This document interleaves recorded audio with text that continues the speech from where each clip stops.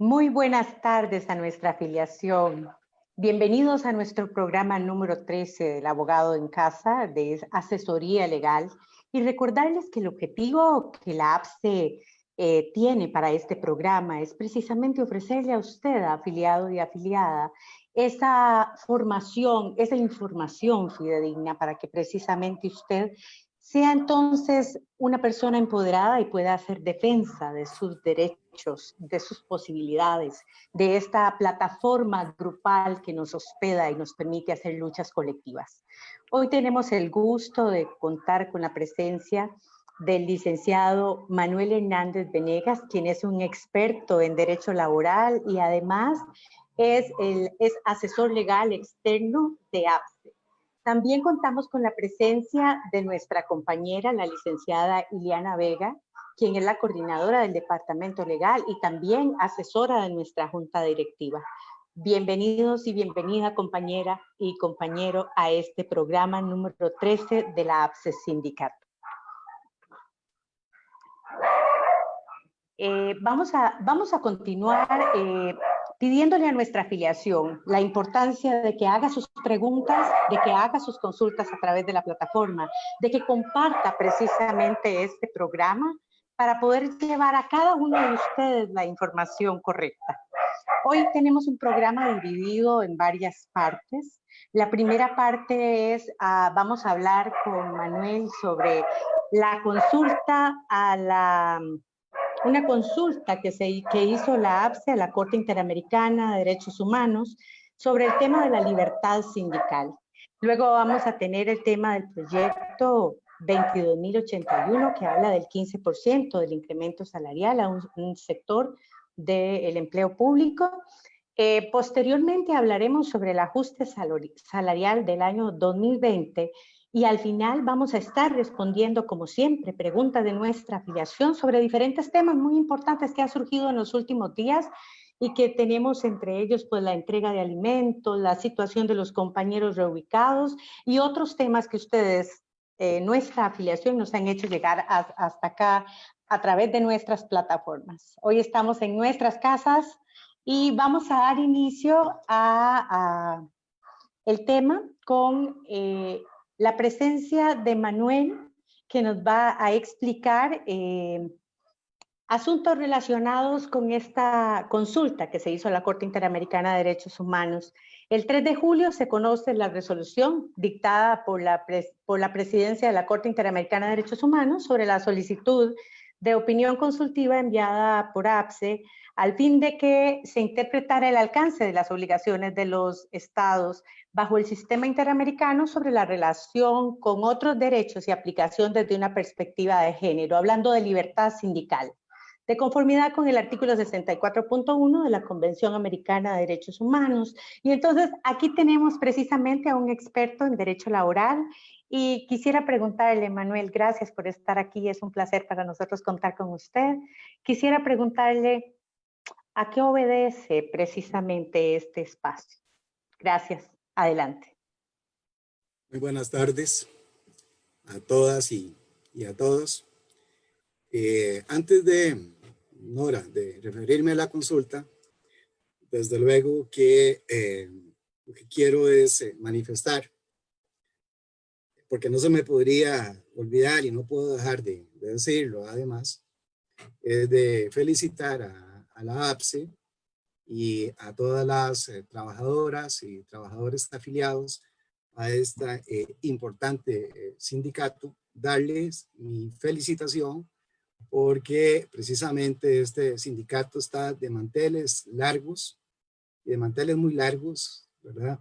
Porque está precisamente celebrando el 65 aniversario de su fundación y que desde luego a lo largo de más de 60 años, que no es cualquiera el sindicato que tiene, ¿verdad? Además, esta antigüedad, desde luego que en este país se siente y los trabajadores que sí, lo que es la rúbrica, la firma de la APSE a lo largo de más de 6 décadas luchando por los derechos y los intereses, y no solo de las y los trabajadores de la educación, sino luchando por lo que es la defensa y el fortalecimiento del Estado social y democrático, que lamentablemente ha venido a menos. De manera que entonces sí, de la manera más fraternal y sincera, mi felicitación para cada una de las trabajadoras y trabajadores que forman parte de este importantísimo sindicato de este país. Y luego ya, ahora sí, entonces Nora, para referirme a la consulta que usted me hizo, efectivamente la Comisión Interamericana, y esto es muy, muy importante y quiero destacarlo, en julio del año pasado le hizo una solicitud a la Corte Interamericana de Derechos Humanos. ¿Una solicitud para qué? Una solicitud para que la Corte convocara a un proceso de opinión consultiva que tenga como finalidad la libertad sindical. La libertad sindical entendemos de que en realidad constituye en un haz de libertades. Podemos hablar de libertades sindicales, Nora, Iliana lo sabe muy bien, y también quienes me están escuchando, de que comprende, además de la libertad de asociación, el derecho de negociación colectiva y el derecho de huelga. O sea, es una figura, veámoslo así, triangular.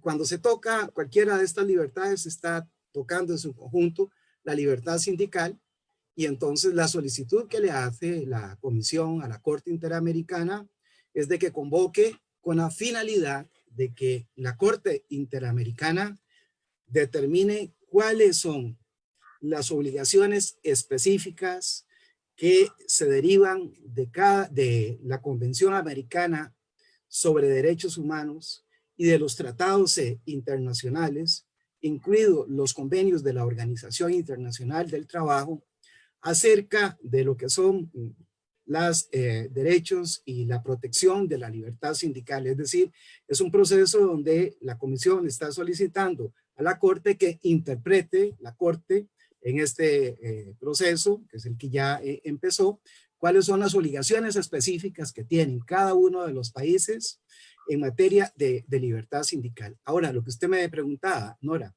¿a raíz de qué? Es que la Comisión Interamericana de Derechos Humanos le hace esta solicitud a la Corte desde hace un año, precisamente. Bueno, porque para no ir muy largo, en la última década en América Latina, pues existe una violación sistemática de la libertad sindical. Pero además es que esta violación en muchos países de la libertad sindical va acompañada de asesinato y del crimen contra dirigentes sindicales. Por ejemplo, en Colombia, en el año 2017, fueron asesinados 19 dirigentes sindicales. En Brasil, 3 dirigentes sindicales. Para no ir muy largo, en Guatemala, desde el año 2014, han sido asesinados más de 90 dirigentes sindicales. La Comisión Interamericana de Derechos Humanos en el año 2016-2017 realizó varias intervenciones en algunos países de América Latina acerca de la situación de la libertad sindical, por ejemplo, en Perú, en México, en Argentina, en Brasil y hasta en Estados Unidos. Y el año pasado, la Comisión Interamericana de Derechos Humanos recibió varias comunicaciones de diferentes países, por ejemplo, de Brasil, Colombia, Chile, Argentina y Costa Rica, por primera vez, acerca de las restricciones de la libertad sindical, del derecho de manifestación, del derecho de huelga y por la criminalización de la protesta social. Entonces, para terminar, Nora, tengamos en cuenta esto. Desde el año 1951 hasta el año 2015, en el Comité de Libertad Sindical de la Organización Internacional de Trabajo se han presentado cualquier cantidad de denuncias por parte de sindicatos del continente de que efectivamente lo que hacen es, pues se quejan por la violación de la libertad sindical. Y hay un dato que es muy serio, que es preocupante. De la totalidad de las denuncias que en este periodo se han presentado en el Comité de Libertad Sindical, el 55% corresponde a países del continente americano Y de este 55%, 49% corresponden a América Latina. Solo hay un 6% que corresponde a América del Norte. Entonces, por esta situación tan grave y por esta violación constante y sistemática de la libertad sindical, fue que la comisión le hace la solicitud y la Corte Interamericana de una manera muy acertada, lo cual celebramos. Precisamente entonces abrió el proceso, lo admitió e hizo la correspondiente convocatoria para que los Estados miembros del Sistema Interamericano de Derechos Humanos, para que las organizaciones de la sociedad civil y los sindicatos efectivamente podamos participar en este proceso en la Corte Interamericana de Derechos Humanos. Manuel, y en este proceso que tiene APSE una participación activa, ¿qué significa para la APSE esta participación que tiene en esta resolución?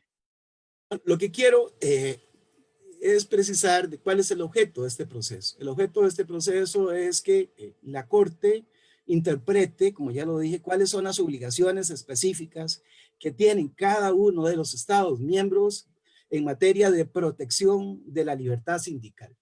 Entonces, aquí es donde viene la participación de la APSE, porque este proceso tiene una gran importancia. Bueno, tiene una gran importancia porque marca un hito histórico.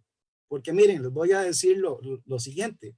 Ciertamente la Corte Interamericana ha venido conociendo, ¿verdad?, algunos temas relacionados con la libertad sindical, algunos temas, como por ejemplo una sentencia reciente de la Corte Interamericana, que es el caso de Lagos del Campo contra Perú, y un caso más reciente, que es el caso de Isaza Uribe y otros contra Colombia. Pero es la primera vez que la Corte Interamericana de Derechos Humanos va a hacer un análisis integral acerca de la situación de la libertad sindical en las Américas. Esto en primer lugar. En segundo lugar, que es otro aspecto que quiero destacar, es que el enfoque que tiene este proceso es de libertad sindical, pero también con un enfoque de género, ¿verdad? Que es algo que también es importante destacar en este asunto, porque sabemos que en el continente, pues el 51% de las personas trabajadoras son mujeres.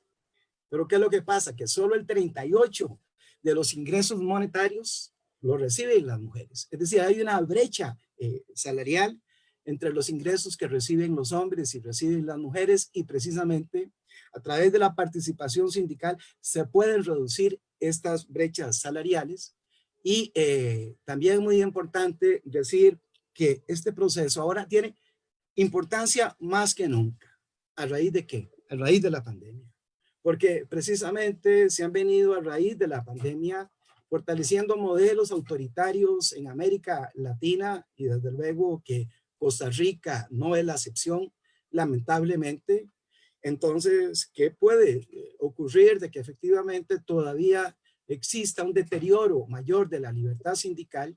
Y entonces la expectativa que tenemos es de que, porque tenemos una expectativa fundada, de que esta resolución de la Corte vaya a potenciar y vaya a fortalecer lo que es la libertad sindical. Efectivamente, APSE está participando en este proceso. Ya la admisión de la APSE fue admitida por la Corte Interamericana de Derechos Humanos, lo cual me siento en realidad muy honrado de tener la representación de la APSE en este proceso, en la Corte inédito por la materia, en la Corte Interamericana de Derechos Humanos. Uno hubiera esperado, Nora e Iliana, de que hubieran participado más sindicatos en América Latina.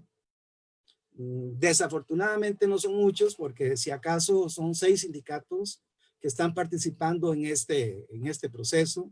Están participando algunos estados, están participando la OIT, algunos organismos internacionales, pero en lo que es el sector de educación, únicamente de todo lo que es el continente americano, en el sector de educación, solo están participando 2 sindicatos. Un sindicato mexicano de trabajadores de la educación, y además de Costa Rica, la Asociación Nacional de Profesores de Secundaria, que está teniendo una participación muy importante. ¿Será usted, Manuel, el representante de APSE ante la Corte Interamericana de Derechos Humanos para defender la posición de este sindicato? ¿Cuáles son las expectativas? Bueno, miren, en este proceso en que APSE está participando, ¿qué fue lo que nosotros le planteamos a la Corte Interamericana de Derechos Humanos? Porque es importante. Además de un análisis de la situación de la libertad sindical en el continente, hay por lo menos tres cosas fundamentales que en este proceso le planteamos a la Corte Interamericana de Derechos Humanos. Uno, estoy hablando de lo principal. La represión antisindical que existe en este país, principalmente contra los trabajadores del sector privado, que no se respeta su derecho de organización sindical.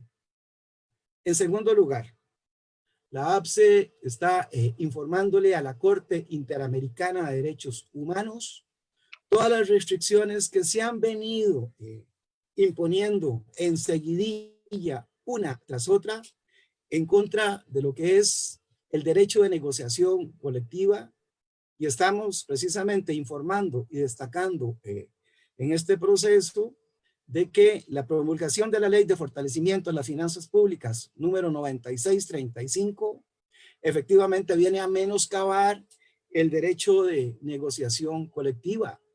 Pero también estamos informando a la Corte Interamericana que en este país existe un tribunal constitucional, pero que este tribunal constitucional, en lugar de proteger el derecho, la libertad sindical y el derecho de negociación colectiva, desde hace mucho tiempo viene anulando cláusulas una tras otra de diferentes convenciones colectivas de trabajo, desconociendo la sala constitucional de este país, pronunciamientos de los órganos de control de OIT, que desde hace mucho tiempo, precisamente lo que son tanto el Comité de Libertad Sindical como la Comisión de Expertos en Aplicación de Convenios y Recomendaciones, le han advertido al Estado de Costa Rica que mediante sentencias de la Sala Constitucional no se pueden anular cláusulas de una convención colectiva de trabajo.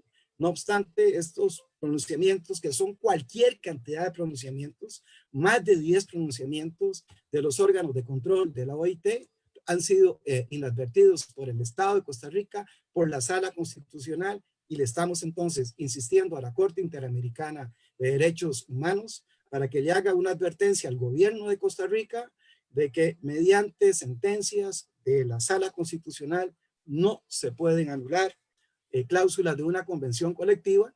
Y el tercer aspecto que también estamos destacando y le estamos informando a la a la Corte Interamericana, es que recientemente, como sabemos, se promulgó una ley que viene a desconstitucionalizar el derecho de huelga.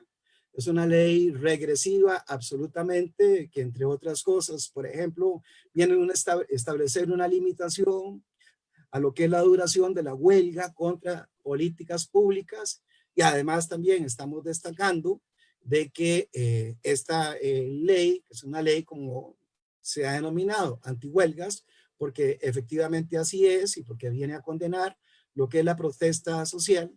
La ley estableció que tratándose del derecho de huelga en educación, tiene un plazo que se estableció en la ley, que es un plazo que viene a afectar lo que es precisamente lo que es el ejercicio pleno del derecho de huelga, y que precisamente viene pues, a debilitar lo que es el ejercicio de este derecho constitucional. Sin duda es un proceso de gran trascendencia. ¿Y tenemos ya fechas para este proceso? Pues mire, es un proceso que por esta situación de la pandemia, pues se ha venido de alguna manera atrasando, pero la buena noticia que la quiero dar, ¿verdad? Y además así como primicia, es de que efectivamente, Nora, atendiendo su consulta, y para que lo tomen en cuenta los y las afiliadas a este sindicato, de que efectivamente la Corte ya fijó lo que es la fecha de la audiencia. Y les voy a decir que la fecha de la audiencia está precisamente para la primera semana. Es decir, este programa nos cae como anillo al dedo para informarle a la afiliación de que el lunes, el martes y el miércoles de la próxima semana se va a realizar esta audiencia en la Corte Interamericana de Derechos Humanos, donde APSE precisamente tiene su espacio ya reservado y donde vamos a reiterar lo que son ya las observaciones que hicimos y vamos a ampliar las observaciones. Y vamos a denunciar también y reiterar, denunciar de que además existe un proyecto de ley en este momento que es el proyecto de ley marco de empleo público que viene también a afectar seriamente la libertad sindical y el derecho de negociación colectiva. Muchísimas gracias, Manuel, por toda esta explicación, por hacer saber a la afiliación la trascendencia de este proceso. Y ahora vamos a escuchar a la compañera Iliana. Adelante, Iliana. Sí, muy buenas tardes, compañeros y compañeras. Un gusto estar de nuevo con ustedes este miércoles. Quiero agradecerle muchísimo a Manuel Hernández, que siempre realiza aportes valiosísimos para la organización, y sin duda esta tarea que se le encomendó por parte de la APSE es valiosísima. Y muy rápidamente recordar que cuando acá en Costa Rica se nos cerraron absolutamente todos los espacios, después de que se luchó absolutamente contra la ley, lo que fue posteriormente la ley 9635, la ley del combo fiscal, y después cuando se reforma abruptamente y lesivamente nuestro código de trabajo para restringir absolutamente el derecho de huelga de los trabajadores, tanto del sector público como privado, y vimos incluso a la Sala Constitucional siendo partícipe y cómplice de estos proyectos de ley, en donde a pesar de haber estado el movimiento sindical y sobre todo el sector educativo en una huelga de 89 días, igual todos los espacios se cerraron, no hubo absolutamente forma de hacer nada a nivel nacional.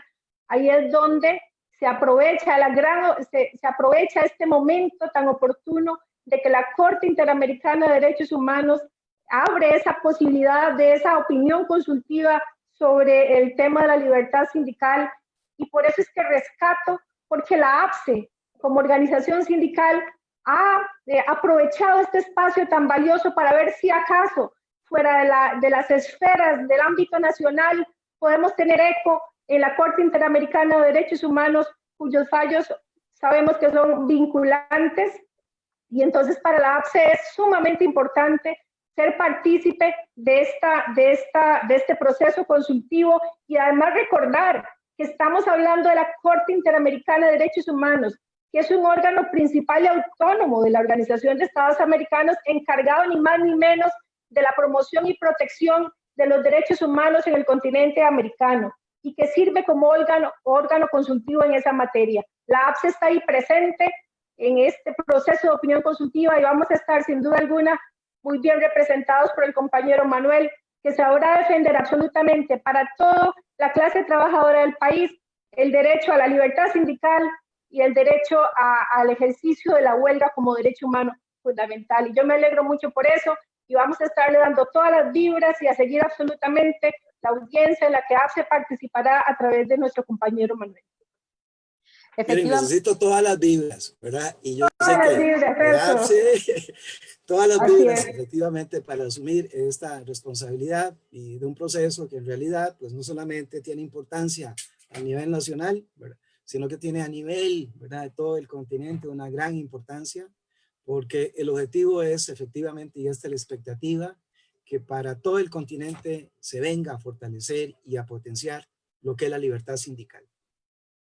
Y es que sin duda nuestros afiliados y afiliadas, todos nosotros en Costa Rica hemos estado con una gran preocupación por el embate de múltiples proyectos que atacan directamente a la clase trabajadora.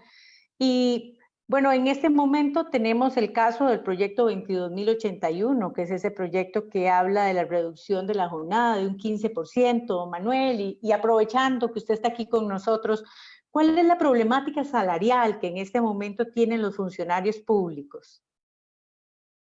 Bueno, antes de referirme a este proyecto de ley, que corresponde al expediente 22.801, que es un proyecto de lo más creativo. Yo diría que es un proyecto muy artístico. Ahora voy a decirles por qué. Bueno, por lo menos yo lo veo así, ¿verdad? pero para referirnos a la problemática, a la problemática salarial de los empleados y empleadas del sector público, entonces permítame hacer como una especie de secuencia del genoma de la política salarial de este gobierno, para tratar de identificar cuáles son los procesos realizados, digamos, transmitidos, y por otro lado, los procesos que están en curso de transmisión. Al final, la vacuna, pues, que se necesite, pues ustedes lo van a, los afiliados y afiliadas, van a definir cuál es la vacuna. Pero ¿qué es lo que tenemos en el tablero? En el tablero, en materia de remuneraciones de remuneraciones de empleo público, tenemos muchas cosas. Bueno, ya sabemos la ley 9635, ¿verdad? De fortalecimiento de las finanzas públicas que vino a congelar lo que son las anualidades, los sobresueldos, los incentivos, los complementos y los recargos salariales. Además, ¿qué tenemos en el tablero? Bueno, tenemos en el tablero de que ya el señor ministro de Hacienda adelantó, que no es menor cosa, de que para el próximo año no va a haber ajuste salarial porque se va a aplicar lo que es la regla fiscal y por lo tanto los salarios van a permanecer congelados. Pero ¿qué tenemos además? Tenemos además, que es uno de los temas que si tengo chance me gustaría abordar, que es el ajuste salarial de este año, del año 2020. Y estamos en el segundo semestre de este año y no se ha hecho efectivo este ajuste salarial. Y además, como si lo anterior, digámoslo así, no fuera poco, tenemos un proyecto de ley de empleo público que establece un salario único global para la gran mayoría de las instituciones, incluso instituciones autónomas, en las que se pretende aplicar, como son las universidades, la Caja Costarricense de Seguro Social y las municipalidades, y que este proyecto de ley no deja ningún espacio a la negociación colectiva y prácticamente lo que implica es dejar sin efecto lo que es la Comisión Negociadora de Salarios del sector público. Y esto es sumamente grave. Esto es sumamente grave, porque además, y esto es, quiero destacarlo en este momento, existe un pronunciamiento muy reciente de la Comisión de Expertos en Aplicación de Convenios y Recomendaciones de la OIT, tan reciente que es de febrero de este año. Y entonces, en esta ocasión, y repito, esto fue hace solo 4 meses atrás, después se presentó el proyecto de ley, bueno, el texto sustitutivo del proyecto de ley de empleo público. Pero quiero destacar las conclusiones del informe que contiene acerca de Costa Rica esta última reunión de la Comisión de Expertos en Aplicación de Convenios y Recomendaciones. ¿Y qué nos dice la OIT? Miren que a pesar de que en Costa Rica tenemos una oficina que está en Sabanilla, pues resulta que los pronunciamientos de la OIT pues son tradicionalmente desconocidos, quebrantados por este Estado y por este gobierno.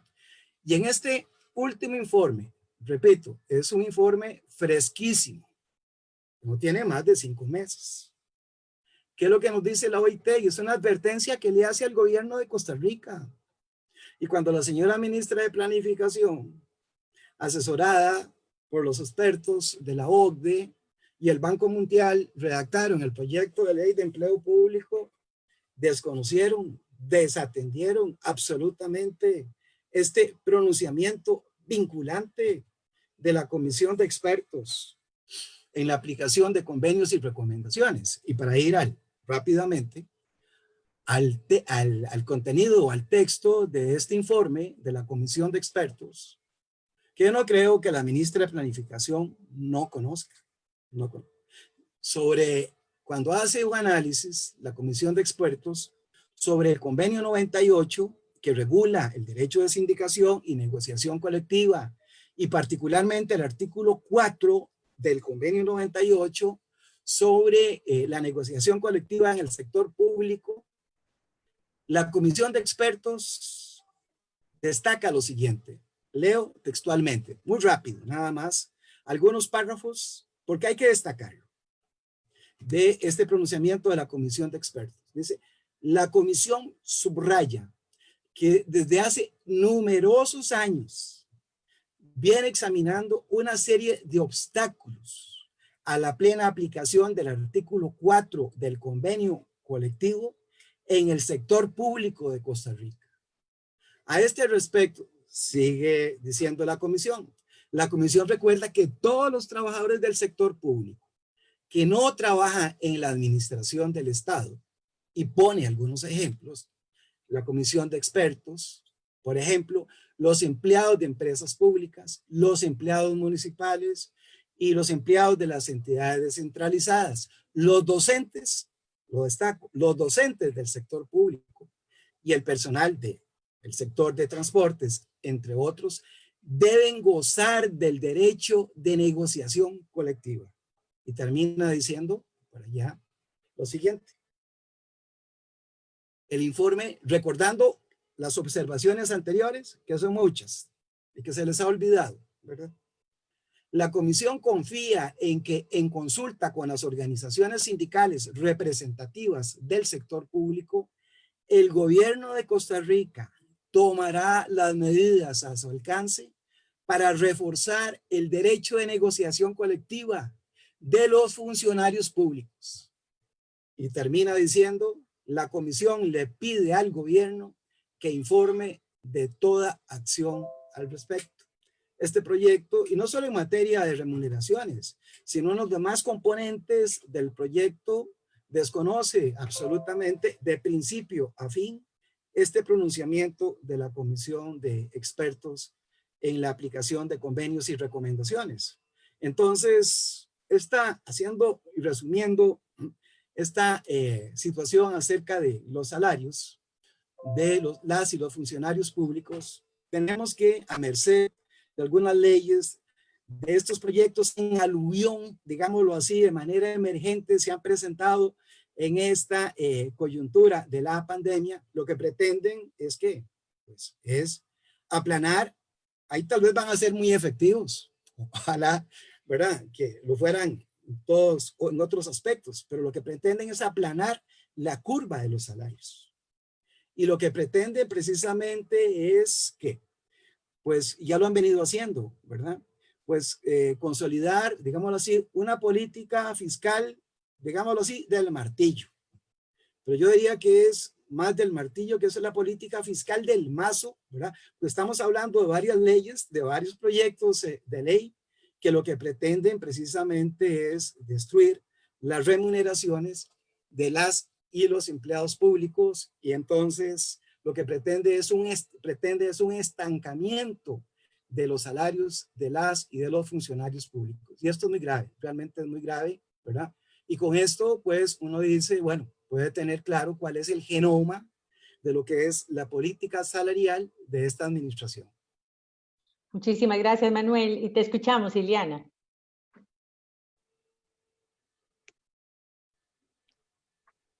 Ileana. Hola, tuve un problemita técnico ahí.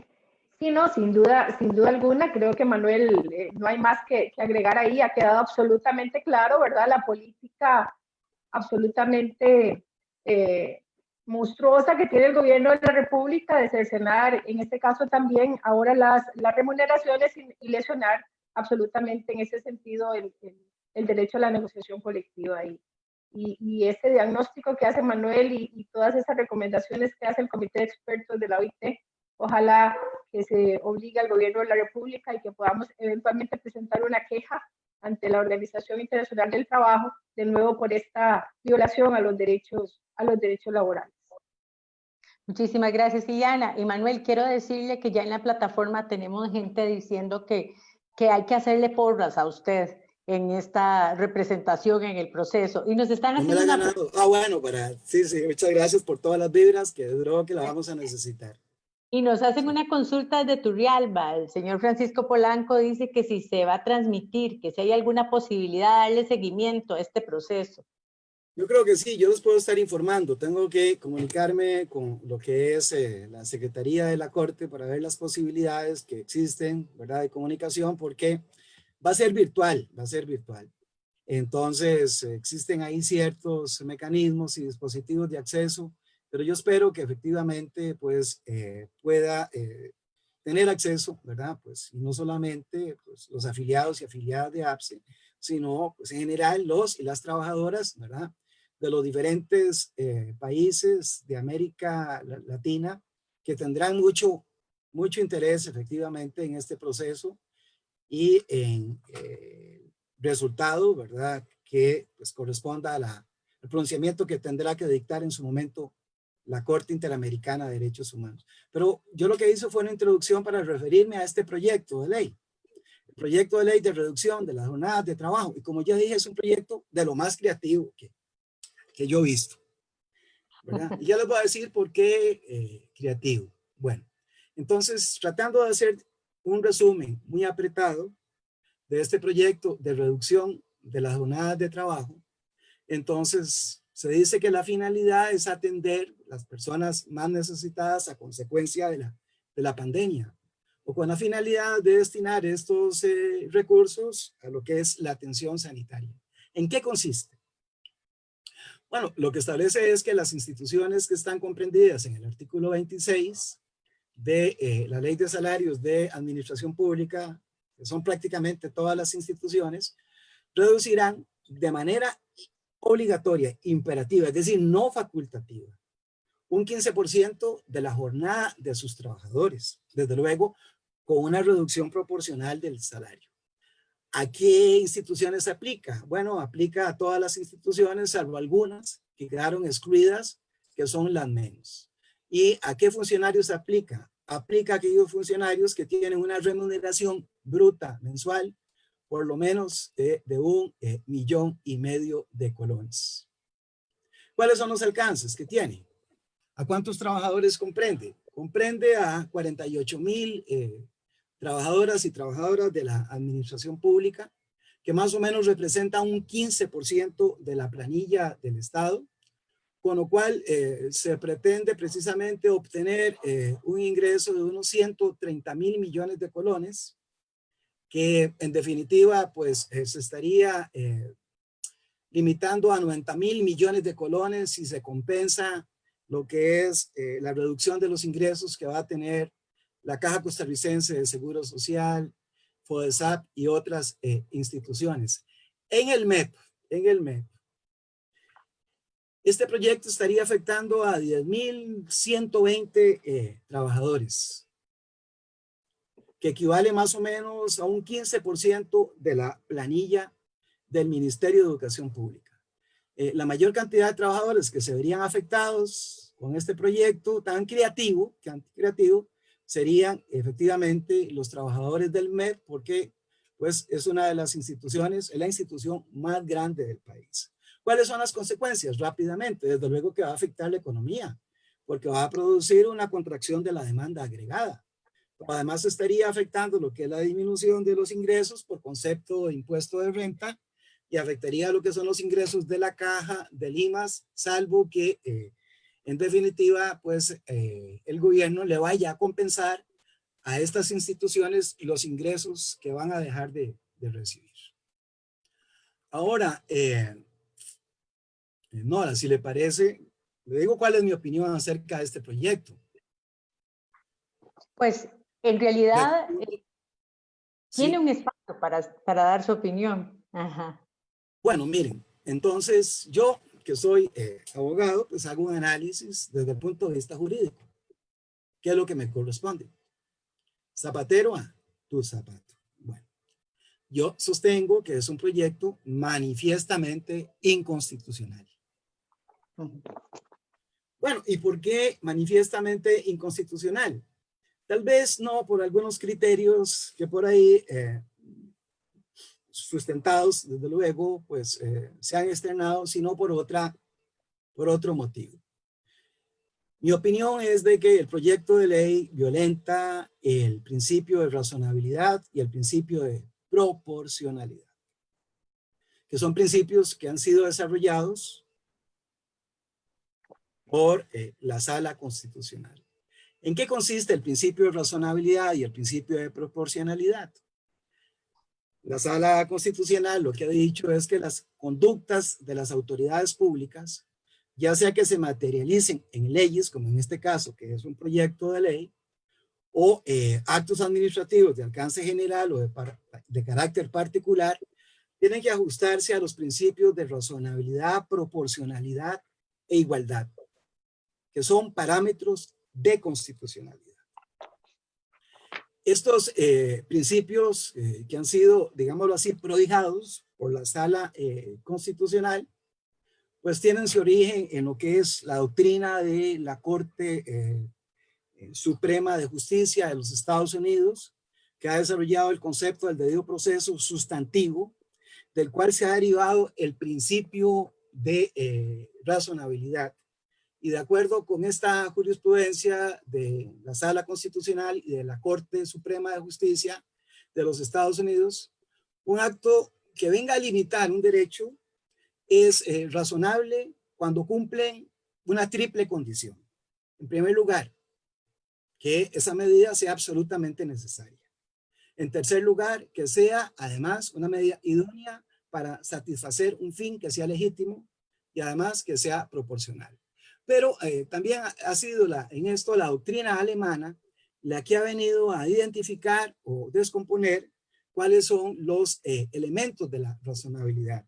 Entonces, la doctrina alemana nos dice que el principio de razonabilidad está compuesto por 4 elementos. Primero, legitimidad. Segundo, idoneidad. En tercer lugar, necesidad. Y en cuarto lugar, proporcionalidad. Entonces, recurriendo a estos parámetros, lo que voy a realizar a continuación es una prueba o un ejercicio para determinar si efectivamente este proyecto de ley pues, se ajusta o no a estos parámetros constitucionales de razonabilidad y proporcionalidad. Entonces, en primer lugar, ¿tiene razonabilidad técnica este proyecto de ley? Desde luego que no cumple con estándares de razonabilidad técnica. ¿Por qué? Bueno, por muchas razones, no las voy a mencionar todas por razones de tiempo. Pues en primer lugar, cualquiera se pregunta, bueno, pero de esa suma de 1.500.000 colones, como lo que es un piso, ¿verdad? A partir de la cual se va a reducir, del cual, ¿verdad? Se va a hacer la afectación precisamente de la jornada y de los salarios, ¿de dónde salió? Salió pues, de la nada, ¿verdad? Producto de una creación artística, desde luego. Pero además de esto, tiene una serie de inconsistencias. Luego la vamos a ver en un ejemplo que voy a poner y que vamos a mostrar. Es que además funcionarios que perciben salarios inferiores a 1.500.000 colones de ingreso bruto, que no se vean afectados, podrían terminar devengando un salario superior a estos que tienen un salario de 1,5 millones de colones. Entonces, no se cumple con este primer elemento. Ahora, el otro elemento que ya mencioné, legitimidad. ¿Cumple con el parámetro de legitimidad o no?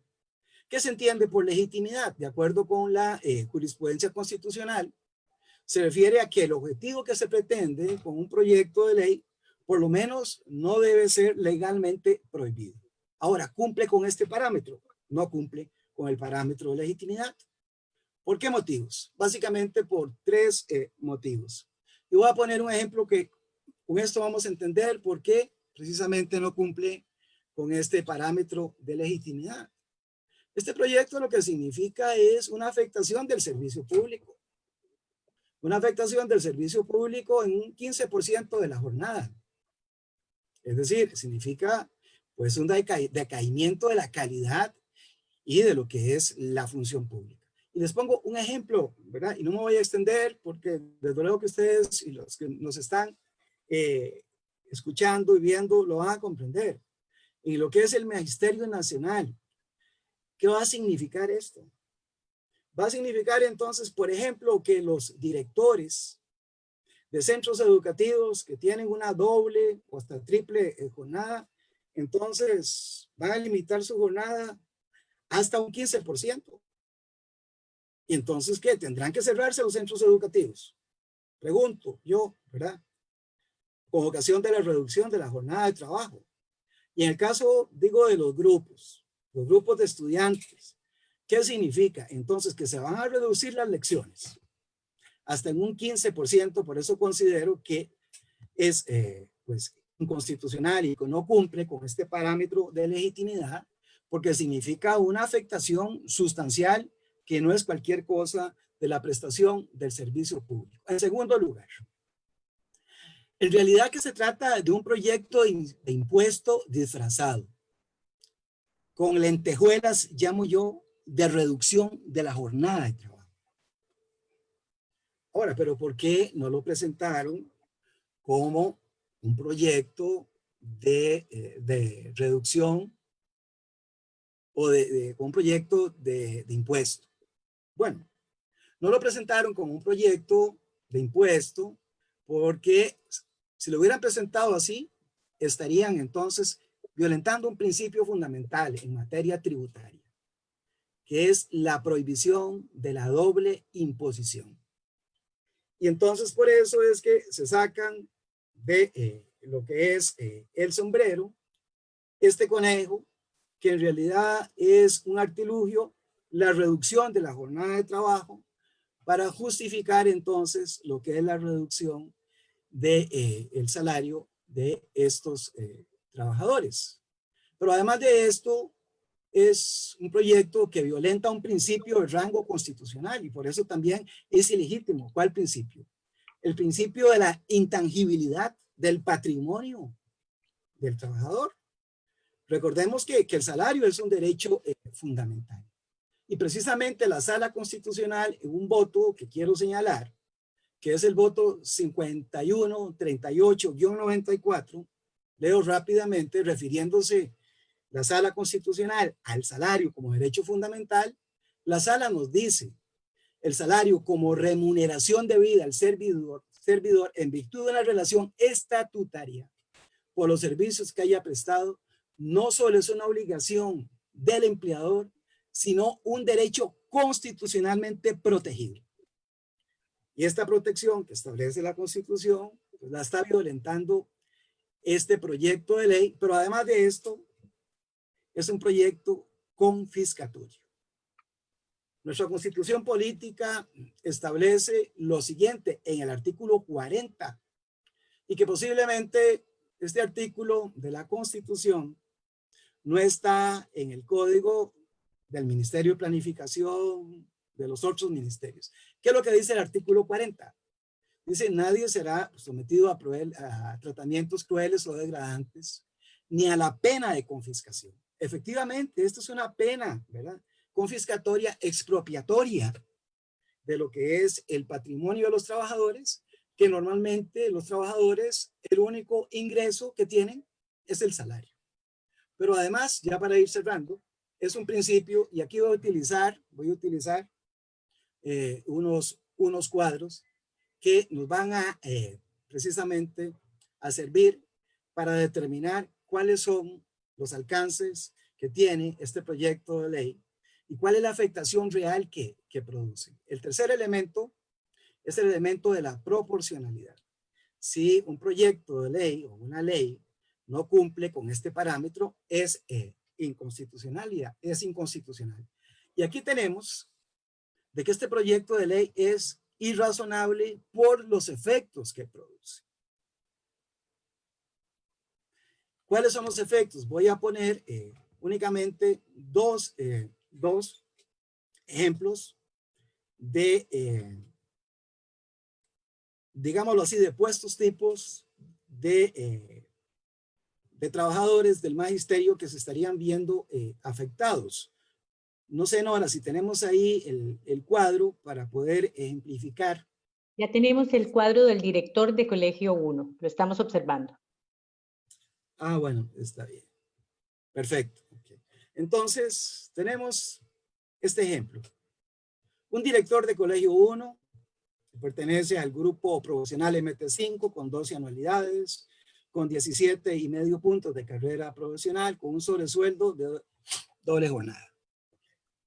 ¿Qué es lo que significa la aplicación de este proyecto? Bueno, entonces significa, lo podemos ver, de que con un salario mensual actual, que es de 1.707.000, un poquito más, lo que es, si le aplicamos la reducción del 15%, entonces ese salario se estaría reduciendo en la cantidad de 256.088.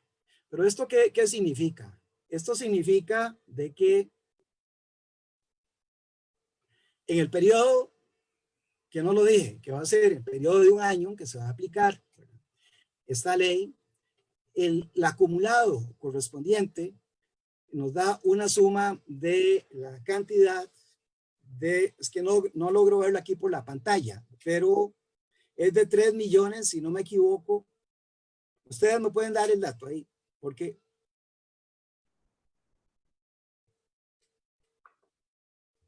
3.585.140.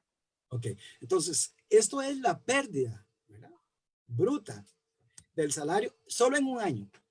Es decir, esto equivale más o menos a 2 veces el salario mensual actual de un director de colegio. Es decir, digamos que no va a recibir durante 2 meses del año precisamente pues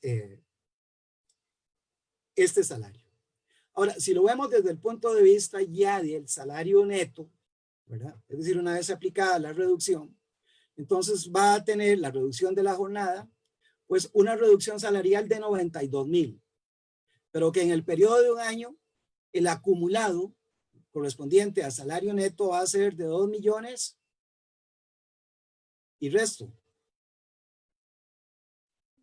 ¿Me pueden ayudar ahí? Es que no veo. 2.388.323. Bueno, prácticamente la misma relación, es decir, que durante un año, digámoslo así, no va a recibir aguinaldo y además de eso no va a recibir otro salario neto.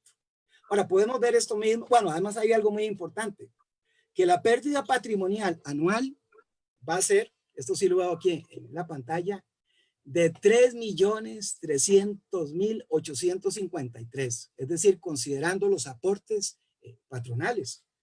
Y miren, dejar de ganar más de 3 millones de colones, ¿verdad?, en un periodo de 2 años, yo no sé, pero creo que no es menor cosa. Ahora podemos verlo con otro puesto. Y son casos de la vida real.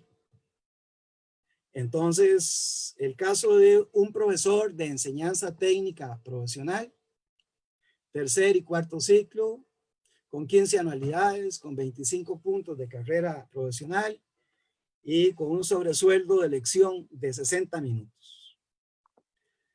Esta persona tendría actualmente un salario mensual de 1.500.000 colones para cerrar.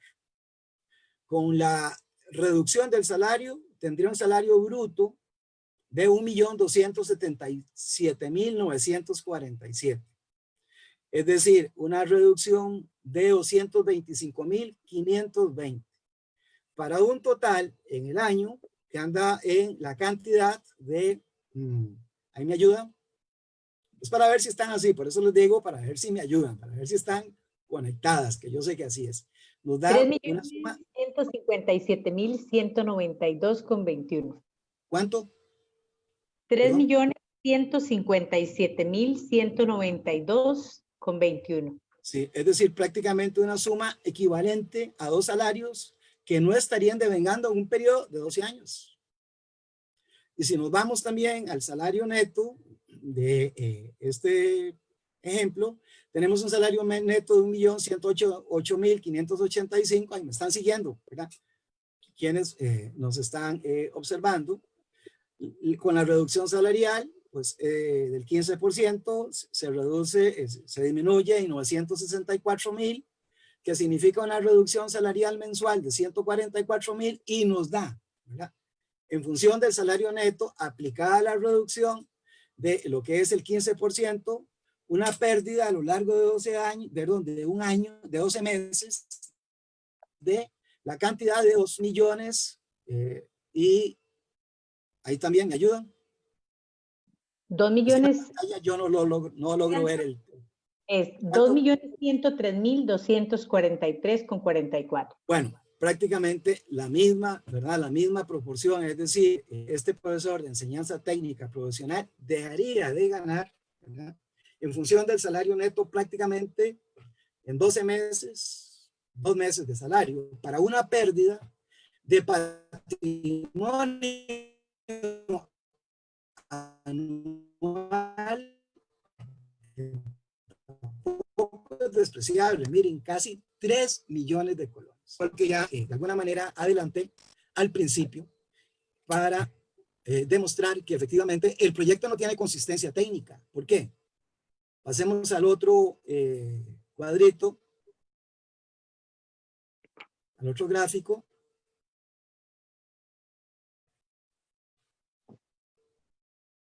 Bueno, miren, entonces, aquí, ¿qué es lo que pasaría? Que un profesor de enseñanza general básica, pues, que no se va a ver afectado en este ejemplo por lo que es la reducción del 15%, al final, entonces, terminaría con un salario que va a ser superior, ¿verdad?, a un funcionario, a una persona que tiene un salario que es por lo menos de 1.500.000 colones.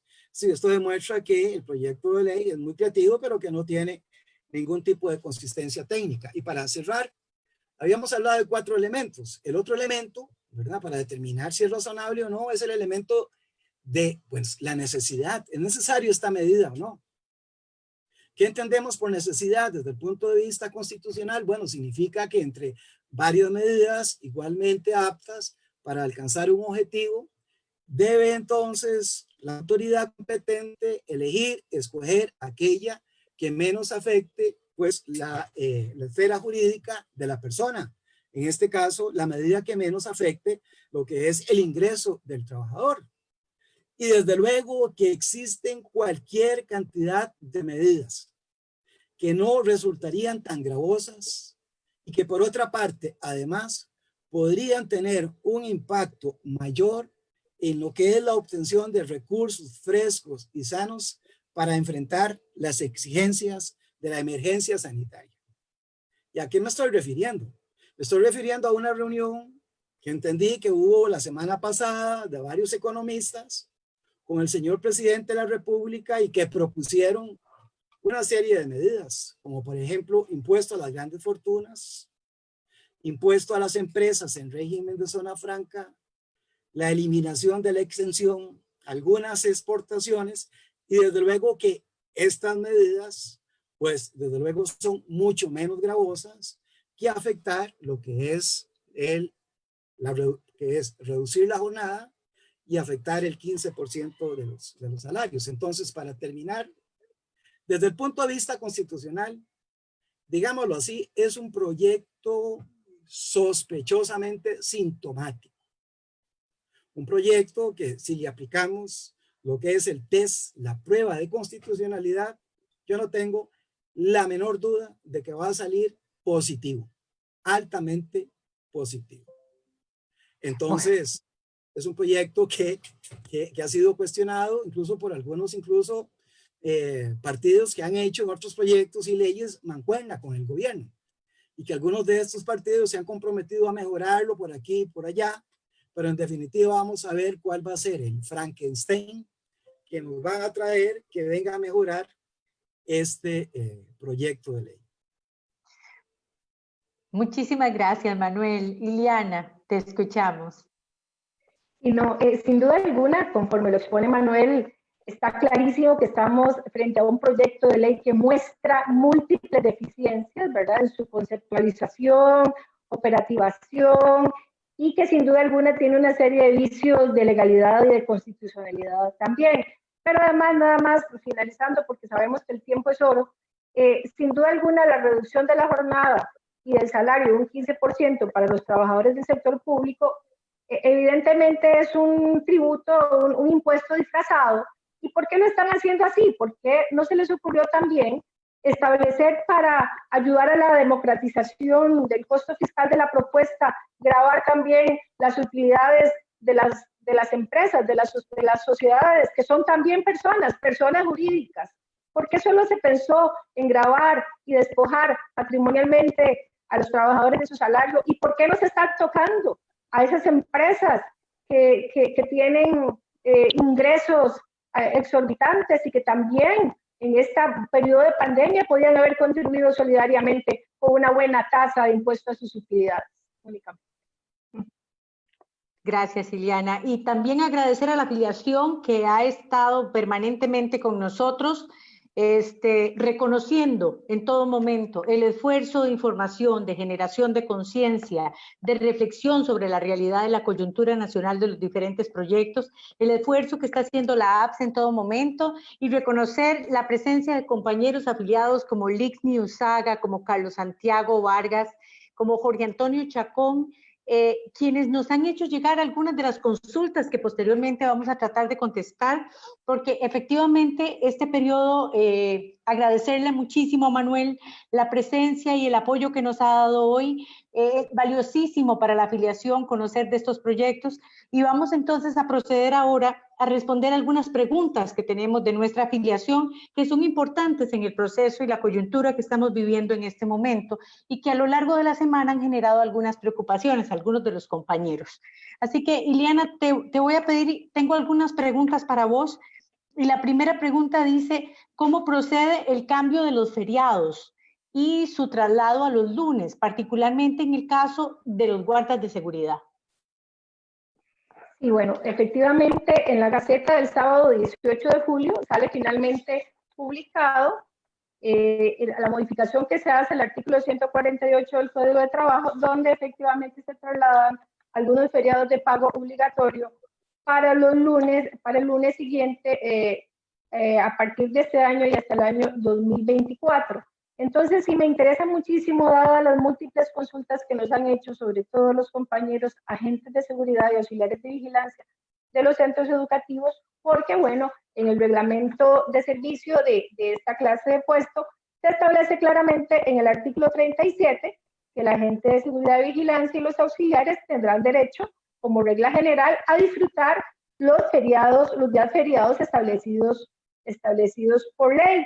De manera entonces que siendo que el próximo lunes se traslada el feriado del 25 de julio, el mismo artículo establece que el agente de seguridad, bueno, todo trabajador tiene derecho a decir, no quiero elaborar un día feriado. No es obligatorio para el trabajador, no está obligado a elaborar esos días feriados, solamente si está de acuerdo los puede elaborar.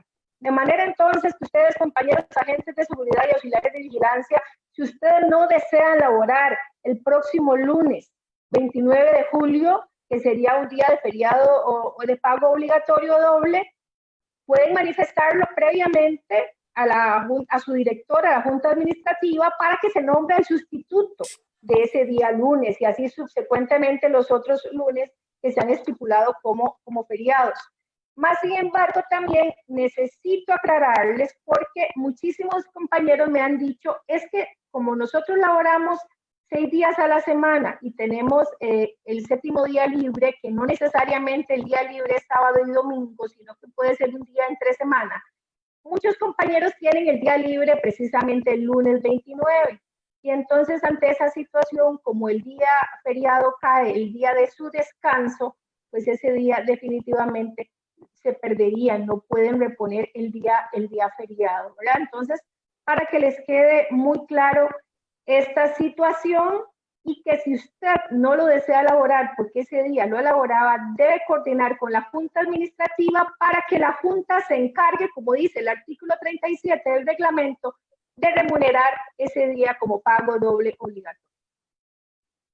Gracias, Iliana. Y tenemos una preguntita aquí en la plataforma para Manuel, y dice una compañera que usted hizo referencia al ajuste salarial de este año 2020, que cómo está la situación, que en qué condición estamos los trabajadores públicos.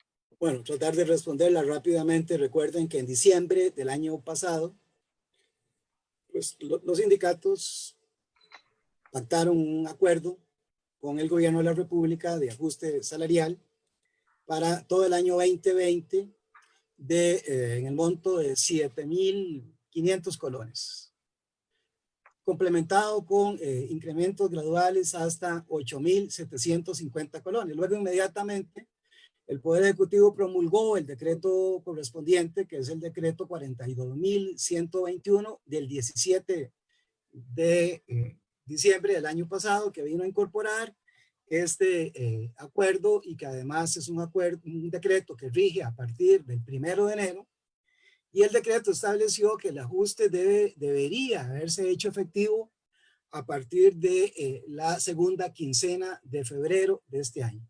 Pero ustedes me preguntarán, bueno, pero ya estamos en el segundo semestre del 2020. ¿Qué es lo que ha pasado? ¿Por qué no se ha aplicado este ajuste para los empleados del sector público? Bueno, aquí lo que ocurrió fue que en el mes de abril el Poder Ejecutivo promulgó otro decreto. Y en este decreto, que es el decreto 42.286, repito, el 6 de abril, se suspendió unilateralmente por parte del gobierno de la República el pago de este incremento salarial. Este decreto es absolutamente por partida doble. Igual, si le hacemos la prueba, es un decreto, el último, sospechosamente, como dije, sintomático. Y va a salir tan positivo como el proyecto de ley de reducción de la jornada de trabajo. ¿Por qué? Porque desde que se publicó el decreto, efectivamente ya se vino a consolidar una situación jurídica para los trabajadores. Y no hay razón para que a estas alturas, más de 6 meses después, no hay razón de ningún tipo, ni siquiera las razones que ha invocado para que no se haya hecho efectivo el ajuste salarial, salvo que sea efectivamente violentando lo que establece la Constitución política. Pero además quiero señalar solo 2 cosas para terminar de contestar la pregunta, que agradezco, por cierto, a quien la haya hecho, que es un tema, digámoslo así, de rabiosa, para utilizar alguna expresión, como dicen los españoles, de rabiosa actualidad. Es que no hay ninguna razón, y además desde el punto de vista legal, hay algo que es muy importante, que tal vez no es muy conocido, pero que quiero destacar. El artículo 695 del Código de Trabajo, que pareciera que tampoco está en los códigos del gobierno, dice en lo que interesa literalmente lo siguiente. En todo caso, leo literal, 695, despacito, para que lo asimilen, aunque es muy sencillo. En todo caso, los acuerdos logrados por medio de la Comisión Negociadora de Salarios del Sector Público serán vinculantes. ¿Qué más? Pero además dice el texto de ley, y al efecto las administraciones públicas emitirán los actos administrativos innecesarios para hacerlos efectivos en todo el sector público centralizado y descentralizado. De manera que aquí también hay una violación por parte del gobierno, miren, una violación evidente, manifiesta del Código de Trabajo. Pero termino con esto, y es algo también de lo más reciente que he podido obtener. Una opinión jurídica de la Procuraduría General de la República de esta semana, por cierto, acerca del proyecto de ley marco de empleo público. Y se lo voy a decir, tal vez una de las pocas cosas que comparto de este criterio de la Procuraduría General de la República, que ya sabemos que, bueno, que representa el Estado, representa los intereses, es el abogado del Estado. En esta opinión que es de esta semana, en este tema del que estamos hablando, hay algo que también es rápido, pero quiero leerlo también literalmente, si se me permite, muy corto. Cuando hace la Procuraduría el examen de este proyecto de ley, dice lo siguiente, relacionado con lo que acabo de decir. No puede desconocerse que vía decreto se creó la Comisión Negociadora de Salarios del Sector Público como una instancia de negociación con organizaciones sindicales y gremiales en relación con los ajustes salariales de dicho sector y sus componentes, y que por disposición legal expresa sus acuerdos son vinculantes, citándose el artículo 695 del Código de Trabajo. Pero la Procuraduría, o sea, yo quiero que valoremos esto, que la Procuraduría representa los intereses del Estado. Dice además, de modo que, refiriéndose al proyecto de ley, que habría que valorar las implicaciones que las reformas propuestas en el proyecto de ley de empleo público tendrían, por un lado, de cara a un eventual incumplimiento de los convenios 98, 151 y 154 de la OIT y las recomendaciones 159 y 163, por desestimular el pleno desarrollo y uso de los procedimientos de negociación voluntaria entre las autoridades públicas y las organizaciones de empleados públicos acerca de sus condiciones de empleo. Esto no lo está diciendo un abogado de un sindicato, lo está diciendo el abogado del Estado, o de cualquier otro método que permita a los representantes de los empleados públicos participar en la determinación de dichas condiciones. De manera que entonces aquí la Procuraduría lo que está diciendo también es de que, pues, si bien está haciendo un análisis del proyecto de ley de empleo público, pues, como dicen, al buen entendedor, con pocas palabras. No existe ningún motivo para que no se haya hecho efectiva lo que es la aplicación del ajuste salarial correspondiente al año 2020. Y aquí el gobierno está violentando no solamente el artículo 695 del Código de Trabajo, sino que está violentando un derecho fundamental de los trabajadores, que es el derecho al salario. Esto es muy serio, ¿verdad? Y como decía, termino ahorita, un filósofo español hace poco, a raíz de esta crisis de la pandemia, ojalá que el virus nos haga salir de la caverna, la oscuridad y las sombras en las que estamos. Este filósofo es Lledó, que recomiendo su lectura, ¿verdad?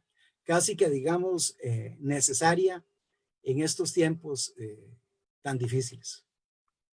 Gracias, Manuel, por todos sus aportes en esta tarde para nosotros, para todos los afiliados y afiliadas. Y voy a continuar entonces con otra pregunta para la compañera Ileana. Y tenemos a un compañero que se llama Rodrigo Delgado, y nos hace una consulta con mucha preocupación, que ha sido una pregunta reincidente a lo largo de la semana, específicamente desde ayer, que tuvimos un video de un medio de comunicación nacional que hablaba de las personas reubicadas por salud. Y en este reportaje se indica que estas personas deben estar laborando y cumpliendo funciones asignadas. El compañero pregunta qué es lo que sucede si el director o la directora no le asigna las funciones a la persona reubicada ni le incluye en los equipos de Teams, entre otros. Y bueno, efectivamente vimos el video que se reprodujo por un medio de comunicación nacional, en donde la directora de Recursos Humanos, la señora Yacinia Díaz Mendoza, nos habla en el sentido de que todas las personas reubicadas por salud del título 2, si bien es cierto, no deben hacer presencia en los centros educativos o no presentarse a los centros educativos, sí deben, aunque permanezcan en sus casas, sí deben abordar y asumir una serie de funciones desde la casa, ya sea, depende del puesto que ocupen, la clase de puesto que ocupen, ya sea en la modalidad de teletrabajo o algún tipo de ayuda a distancia al centro educativo, a los estudiantes o al director. Recordemos que ante una consulta que hizo APSE sobre las personas reubicadas, recibimos una respuesta de doña Yacinia en donde se nos dijo lo siguiente: aquellos servidores que registren la condición de reubicados por salud y o reubicación de funciones y por tratarse de una población vulnerable, los mismos quedan exonerados de presentarse a laborar, independientemente de que cumplan funciones en oficinas centrales, direcciones regionales de educación o centros educativos. En el caso de los compañeros del título 1 que están con readecuación de funciones, simplemente se quedan en su casa y ahí no tendríamos ningún problema. Los compañeros del título 2 reubicados y que sí podrían desempeñar funciones teletrabajables o a distancia, y muchos directores no les han asignado esas labores, como el caso, entiendo, de don Rodrigo, yo sí les solicito que se comuniquen con nosotros, con el departamento legal, porque no puede ser que se mantengan de esa manera así, y eventualmente decía Yaxinia que hasta podrían ser objeto de un proceso disciplinario y eventualmente el despido. Bueno, aquí habría mucho que ver, porque si el jefe inmediato no asigna labores, pues no sería una responsabilidad del trabajador, pero sí queremos saber por qué los directores no les han asignado funciones estando en condición de reubicados y que perfectamente pueden desempeñar esas funciones desde su casa sin correr riesgo alguno en esta época de pandemia. Muchas gracias, Ile. Y tenemos otras compañeras que nos hacen una pregunta y que ha sido igual, una pregunta que se ha repetido, porque hay algunos centros educativos donde los directores continúan llamando a los docentes a entregar los alimentos. Y la compañera nos pregunta qué procede en estos casos. Bueno, eso es una pregunta muy oportuna porque de conformidad con la actualización que se hace del protocolo de distribución de alimentos, tenemos que la distribución de paquetes de alimentos se debe hacer entre el 27 y 31 de julio y entre el 3 y 7 de agosto, según la distribución de las regiones, que según se dispone la distribución de regiones ahí en el punto 7 de este protocolo que mencioné anteriormente. Y también ahí el protocolo queda claramente establecido que corresponde a la Junta Administrativa o la Junta de Educación, conjuntamente con el director del centro educativo, organizar la logística de entrega, la forma de entrega, y que se debe contar con la colaboración o participación de los trabajadores de comedores escolares y los conserjes. Y ya concretamente con la consulta que me hacen ahorita, insisto, y ya lo hemos dicho a lo largo de muchos de estos 12 programas que hemos tenido, de estos 13, que es hoy, creo, un docente no puede ser obligado a la distribución de paquetes de alimentos. Si voluntariamente quiere colaborar en esa distribución de los paquetes de alimentos, maravilloso, pero no procede con carácter obligatorio la convocatoria por parte de ningún director de centro educativo para el personal del título segundo o algún otro tipo de personal que no sea los trabajadores de comedores escolares o los conserjes. De manera que ante alguna situación que se esté obligando a esa participación, inmediatamente se comuniquen con nosotros. Muchas gracias, Ileana, y ojalá quede claro esta vez, porque ha sido una de las respuestas más repetidas a lo largo de estos 13 programas. Tenemos una pregunta más que tiene que ver con el Día del Agente de Seguridad que vamos a celebrar el 29 de julio, que es muy pronto, y la pregunta de un compañero es, bueno, este día es feriado para los agentes de seguridad, ¿cómo procede en este caso? Adelante. El reglamento de agentes de seguridad establece que en su artículo 60 que el día 29 de julio es el día del agente de seguridad y que el Ministerio de Educación Pública procurará otorgar permiso para su celebración. Ante esta situación, ante estas condiciones, circunstancias que estamos viviendo con la pandemia, es imposible que la APSE o alguna organización sea a su celebración, de manera que no vamos a poder hacerlo este 29 de julio y por lo tanto ese día deben laborar ustedes, agentes de seguridad y auxiliares de vigilancia, en forma normal, y en algún otro momento, superada esta situación, tendremos pendiente la celebración de su día.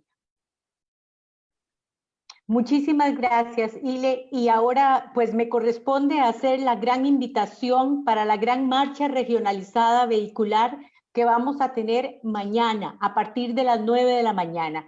Y el movimiento sindical nos invita a mantenernos unidos en esta lucha, en este embate contra todos estos proyectos de los que hoy hemos estado hablando, y nos da una serie de protocolos para que nosotros podamos seguir con cuidado, ¿verdad? Y hay un protocolo operativo y sanitario para este proceso. El objetivo precisamente es participar en la marcha regionalizada vehicular en San José y cualquier otra región del país, de manera segura, respetando el protocolo ante la pandemia del COVID-19. El primer punto dice: la marcha iniciará a las 9 de la mañana en todas las regiones. Punto número 2, el lugar de salida de la caravana correspondiente a San José va a ser el Parque de la Merced sobre la Avenida Segunda. El punto número 3, en la marcha de San José, al frente irá una tumba cocos con la bandera de Costa Rica. El punto número 4, las personas que quieran participar lo deberán hacer en vehículos livianos, motos o bicicletas únicamente. No podrán participar personas a pie. Punto número 5, todos los participantes deberán respetar los protocolos que determina el Ministerio de Salud para enfrentar la pandemia del COVID-19. Careta o cubrebocas, distanciamiento de 1.8 metros, alcohol, mantenerse en su burbuja social. Si va en vehículo liviano, se permite solo 2 o 3 personas máximo y en moto una sola persona, igual para las bicicletas. El punto número 6 es que no se debe abandonar el vehículo en el que se transporta en ningún momento. Punto 7, se recomienda usar vestimenta típica o las camisetas de las organizaciones y en los vehículos utilizar banderas de Costa Rica que se pueden acompañar también con las banderas de las diferentes organizaciones sindicales y sociales, igual que sus consignas. Cuando se llega al lugar del recorrido, se cumple con el objetivo y en ese momento se dispersa inmediatamente la actividad. En otras regiones deben organizar el recorrido con lugar de salida y lugar de llegada y hacer llegarle la información al Comité Central a más tardar el miércoles 21. Adelante, Ileana. Sí, bueno, invitarlos a participar mañana de esta marcha en sus vehículos o en su medio de transporte que tengan para esos efectos. Y sí recordarles que, bueno, en el seno de la Junta Directiva de la APSE se aprueba la participación de la APSE en esta actividad del día de mañana, conjuntamente con el resto de organizaciones del movimiento sindical, pero que no se trata de un día de huelga. No es que estamos haciendo un llamado a un día de huelga.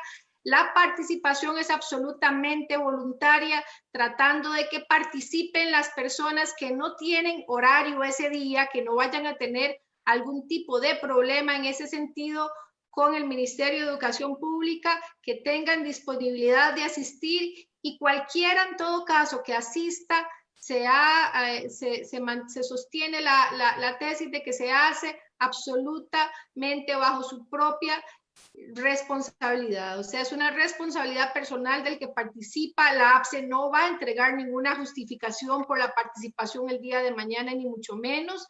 Es una actividad libre, voluntaria y no es un día de huelga. En todo caso, para todos aquellos que tengan posibilidad de hacerlo, los insto y los invito a que se apoye esta primera marcha en este momento de pandemia. Hemos escuchado al compañero Manuel Hernández y todo lo estamos sintiendo.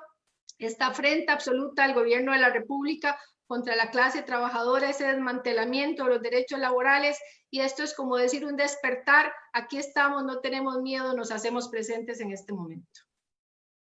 También agradecer la presencia de Manuel Hernández con todos los aportes. Adelante, Manuel.